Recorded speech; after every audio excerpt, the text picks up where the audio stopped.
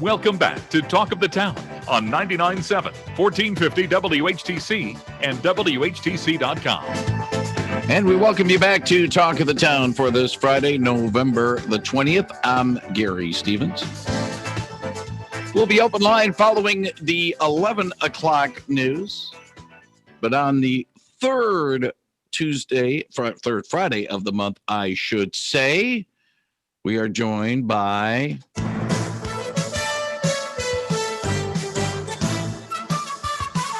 although not dressed in sartorial splendor as Don Cherry would be normally, our resident hockey fan, Allegan County Clerk Bob Genetski, on the other side of our Zoom connection. It has been a while, Bob, since we chatted, since I had taken some Fridays off. Glad to be back chatting a little hockey with you today. Yeah, it's great to be back on Talk of the Town. It's good to have you back, although that means, unfortunately, that high school football's over. Yeah, well, once we get to high school basketball after the first of the year, there might be some Fridays that we won't be chatting and might be pegging the chair, but we'll work on that. Before we talk about some of the serious stuff, actually the election stuff, we'll talk about the fact that just like the high schools may not start till after the first year, it doesn't look like the NHL is going to start until after the first year either. No, it certainly doesn't, but the NHL had an awful lot of success maintaining their bubbles. So, very few issues with COVID, the way they did it over the summer for the playoffs. So excited and hopeful that they will start up in January and have a decent season for us to watch. If we're still all under house arrest, we're going to need some more entertainment for sure. Yeah, it is going to be a little bit tough. And of course, the alignment might have to be changed a little bit because of the Canadian mandatory 14-day rule. Yeah.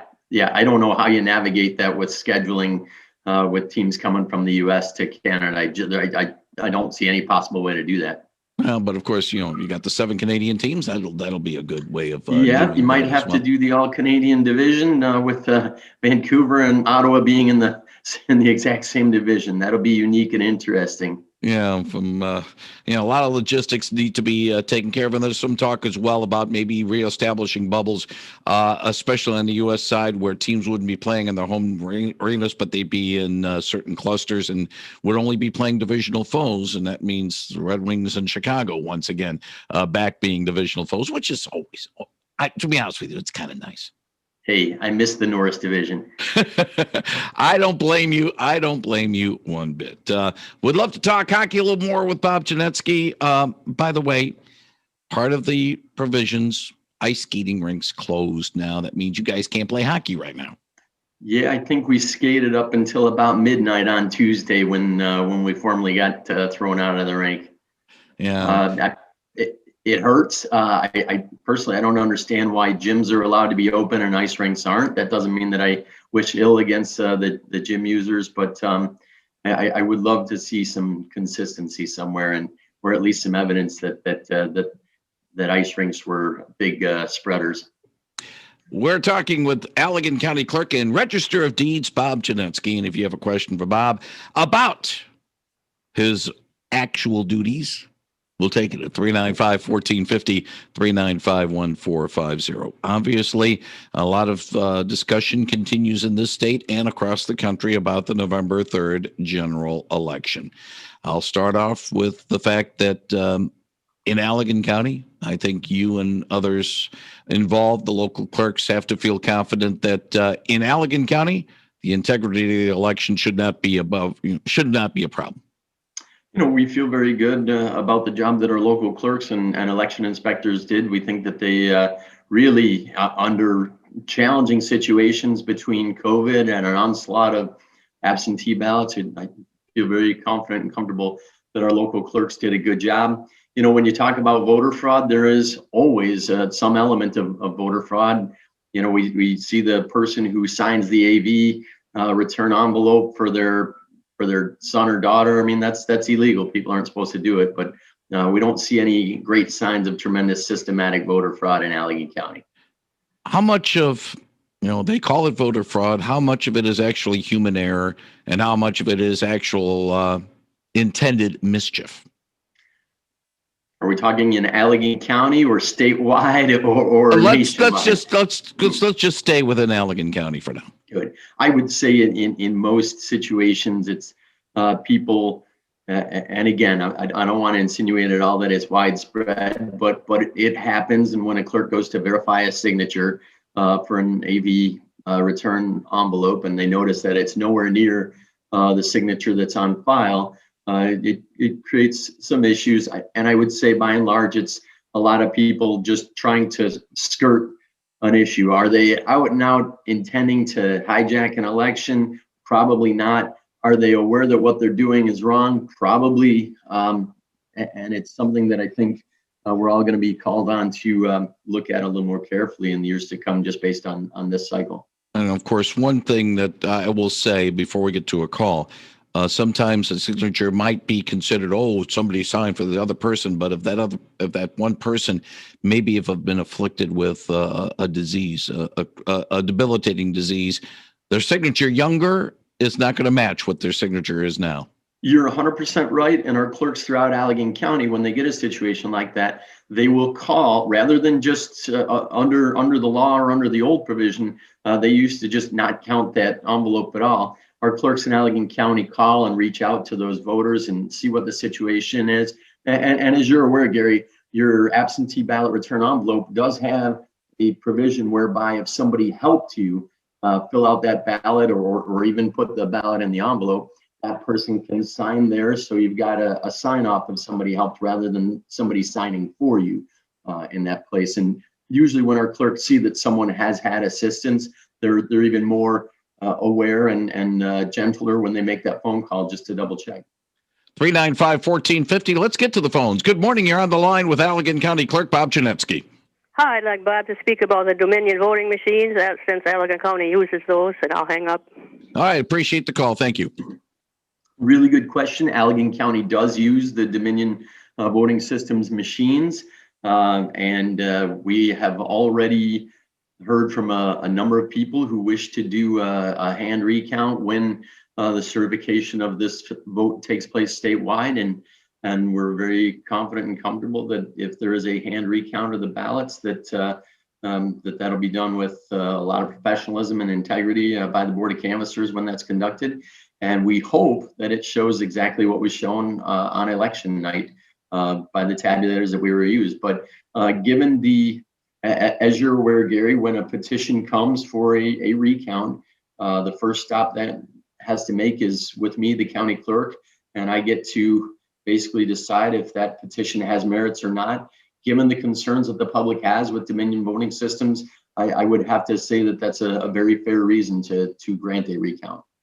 Now, let's talk specifically Allegan County and the process for a recount and some of the things that maybe have been misunderstood, especially in the early moments after the November 3rd election, where in other municipalities, people saying we want to see the vote being counted, and not everybody can be a part of that process.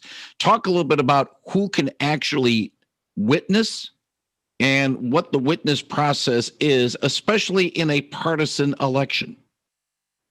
Well, it seems like you got two different questions there, so I want to make sure I understand that the first question was relative to the process for a recount. The second one seems to be to watch the vote tabulation of absentee ballots on election night. Not only watching the absentee ballots, but also watching a recount as well.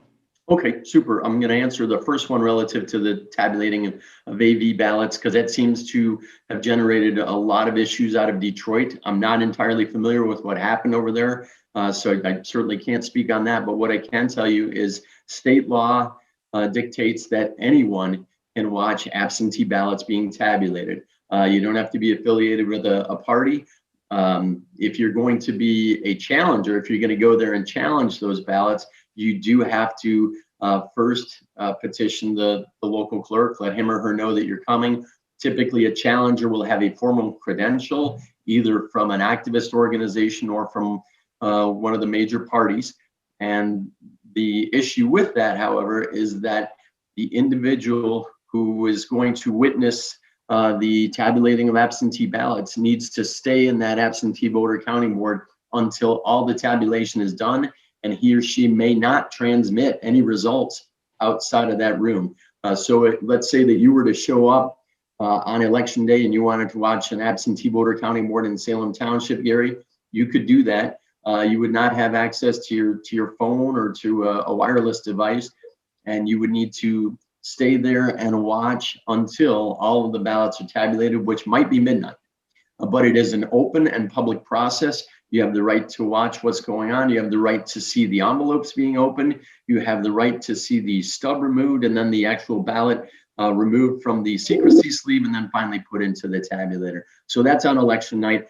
And that seems to, a lot of the issues coming out of Detroit seem to be with people feeling that they were denied the opportunity to see that process, if I'm understanding things properly. Relative to a recount, anyone can attend. They are open to the public. You can either be a formal, I guess we would call them a recount watcher. Typically on election day, we call them poll watchers. They are open to the public. Anyone can come and sit and watch the actual process. And then again, typically campaigns will send challengers to sit at the table, watch, and they can challenge a ballot if they feel that that ballot is being put in the wrong pile, whether it be for Joe Biden, Donald Trump, or Joe Jorgensen. Some of the complaints, reported complaints coming out of Detroit especially, was that people weren't either, they didn't have access, or if they had access, they had to be distant because of the COVID-19 situation. So they couldn't see very closely. And that's when a lot of the brouhaha apparently started. Yeah, we want our elections to have as open a process as possible. Obviously, the expectation would be that those people would have to wear masks if they're within 6 feet. Keep in mind that just prior to the election, and there was a case that came out of, I think, St. Joe County or south near the border, there was a state rep candidate who basically filed a lawsuit so that his people could be challenging at less than 6 foot distance. And the Secretary of State granted some sort of temporary allowance whereby they could step forward, do the ballot, and then step back. Because with the process to do a challenge, as you're aware, Gary, that the challenge needs to be made before the ballot is put down in the pile. All right. So the person who's doing the recount holds up the ballot, and we all remember from the hanging Chad situation, those many pictures of those. The person doing that would need to hold up the ballot, look at it, call out the name of the pile that it's going to, let's say Biden. The individual next to him or her would verify that, and then it's placed in that pile. So the person who is going to challenge that needs to make that challenge prior to it being set into that pile. When we've had elections with the current system we're under right now, where you have to color in the oval, it was a case, you were handed a number 2 pencil at the ballot box. And, then we'll get the absentee ballots, and I voted absentee, use a black or blue pen. I said, wait a minute. If I had to use a pencil at the ballot box, can't I use a pencil? No. Now, of course, there's Sharpies. Yeesh. This place, to me, is a place for Sharpies. And I have a funny feeling the ballot is not a place for Sharpies. Actually, with the Dominion voting systems, the Sharpies work pretty well. I will tell you that the old number 2 pencils do not work as well. You really have to make sure you fill in that oval and mark it in pretty dark. I will also tell you we had a very decent number of phone calls to my office the next couple of days after the election about people who were worried that their Sharpie marker bled through the oval to the other side and may have either affected their ballot or erased on the other side of the ballot. When the ballot is designed and laid out by the programmer, they make specific allocations to make sure that does not affect anything on the other side and the races are not lined up. So anybody who's worried about that, and I appreciate the call, Gary. A lot of people call me and at 269-673-0291, and they just want to know, the local clerk told them the Sharpie was okay, but they just want to be 100% sure, or they filled in their ballot at home with a Sharpie and sent it in, and then they had second thoughts. Boy, I really want to make sure that ballot counted. The Sharpies are fine. They work well in the machines, and It's actually one of the preferred marking devices. We did have one precinct on election day that finally had so many people concerned about it that they switched out the Sharpies and went with the ballpoint pens. Either works fine, but we certainly don't mind questions from voters calling and asking just to be sure. We like to put those rumors and those worries to bed. 395-1450. Good morning. You're on the line with Allegan County Clerk Bob Genetski. Good morning. I would like him to explain the property alert, how we can sign up for that online. I'll hang up and listen. Appreciate the call. Thank you very much. This is something that, it's a great service to have because title fraud is becoming more and more of a problem. Yep, it is. Unfortunately, it's a service that Allegan County does not have yet. I know Ottawa County has it, and it's very popular there. At this point, people can go online to the Register of Deeds office. They can look at their deeds and make sure that there hasn't been any liens put against their property that they're not aware of, or any sort of other issue that has taken place with their property that they own that's on file with the Register of Deeds office in Allegan County, but we do not yet have that service. I am meeting with our vendor in December to discuss that, to see if they've made any progress on our ability to get that. It is one of the probably one of the top 3 requests we're getting right now. So it's definitely something we would like to move toward offering. 395-1450. Good morning. You're on the line with Bob Genetski. You're off the line with Bob Genetski. 395-1450, 395-1450. The other story I want to mention to you is the fact that there were some county clerks telling state lawmakers the 2020 election was secure. There was a joint House and Senate Oversight Committee hearing yesterday, and among those who had testified, Kent County Clerk Lisa Postumus Lyons recommended giving county clerks the ability to remove dead people from the voter file, and that was a question that came up in your office a little bit. Yeah. Ever since the Tucker Carlson report about the number of people who voted nationwide who had passed on, so they voted from heaven, a decent number of people were calling the next couple of days, and they just wanted to be sure. And first of all, I want to make sure that everybody out there is aware. You can call my direct line, 269-673-0291. I'm glad to look up in the qualified voter file to make sure that that if somebody out there is worried that one of their relatives or somebody they know or someone down the street who's passed on for a little while did not take part in this election, or that nobody's using their name, I'm glad to do that. In most cases, I can do it within 2 minutes or so while they're on the phone, and just make sure that that relative is no longer on the voter rolls. Clerk Lyons is correct.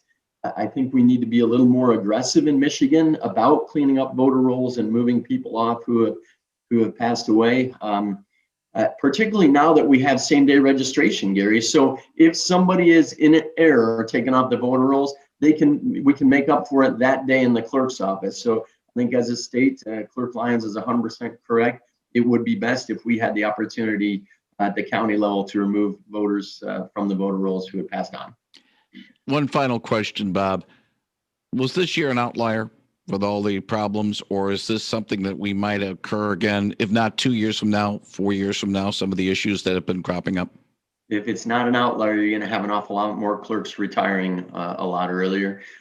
We enjoy elections, we enjoy serving the people, but this was just a very challenging year from the get-go with COVID. And then, as you're aware, we've been fighting battles with the Secretary of State, who seems to be making up laws without going through the legislature, which makes it very difficult for a lot of our local clerks who are tremendously ethical.